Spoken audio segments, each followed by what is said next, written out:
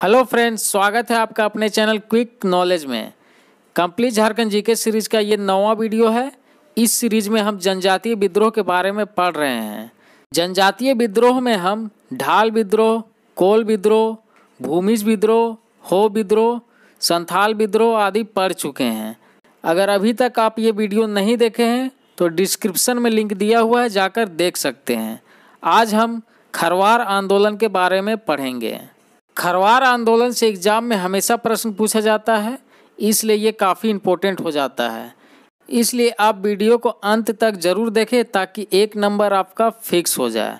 और अगर आप हमारे चैनल में नए हैं तो चैनल को सब्सक्राइब कर ले ताकि आने वाले नए वीडियो का नोटिफिकेशन आपको सबसे पहले मिल जाए। तो चलिए शुरू करते हैं। खरवार आंदोलन 1874 में हुआ था और झारखंड में हुए जनजाति सुधारवादी आंदोलनों में इस आंदोलन का अपना एक महत्वपूर्ण स्थान है।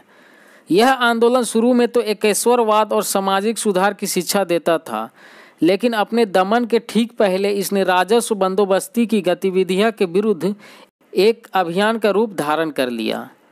इस आंदोलन का नेतृत्व खरवार जनजाति के भागीरथ मांझी ने किया। इसी कारण इस आंदोलन को भागीरथ मांझी का आंदोलन भी कहा जाता है। खरवार झारखंड की सबसे बड़ी जनजाति संथाल की एक उपजाति है और ये भी अन्य जनजातियों की तरह अपने प्राचीन काल को अपना स्वर्ण युग मानते थे और उसकी पुनर्स्थापना करने के इच्छुक थे।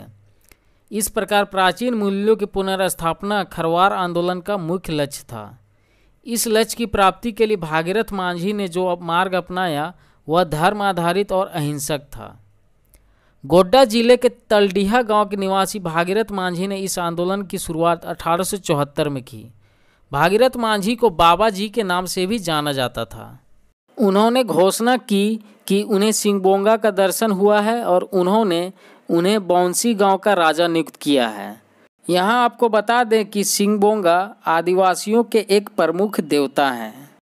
तो भागीरथ मांझी का कहना था कि उन्हें सिंगबोंगा का दर्शन हुआ है और उन्होंने उन्हें बौंसी गांव का राजा नियुक्त किया है।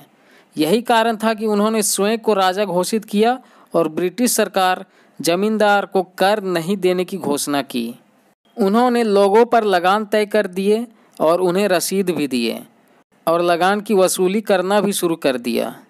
जल्द ही उनके अनुयायियों की संख्या में भी वृद्धि हो गई।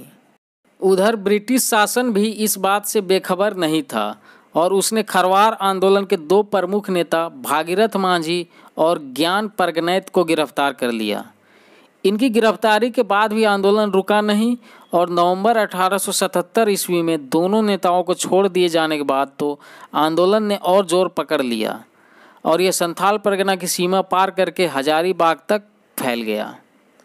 हजारीबाग क्षेत्र में इस आंदोलन का नेतृत्व दुबू बाबा कर रहे थे, लेकिन कुछ दिनों के बाद आंदोलन समाप्त हो गया। लेकिन एक बार फिर आंदोलन दुविधा गोसाई के नेतृत्व में 1881 में शुरू हुआ।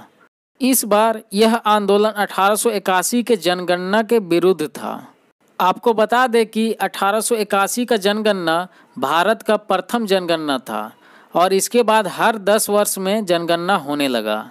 लास्ट टाइम जनगणना रिपोर्ट 2011 में आया था और अब 2021 में आएगा। तो 1881 के जनगणना के विरुद्ध द्विविधा गोसाई के नेतृत्व में खरवार आंदोलन दूसरी बार हुआ था, लेकिन इनकी गिरफ्तारी के साथ ही खरवार आंदोलन का यह द्वितीय चरण भी समाप्त हो गया। अब सफा होड़ आंदोलन के बारे में जानते हैं, क्योंकि यह खरवार आंदोलन का ही एक उपधारा था।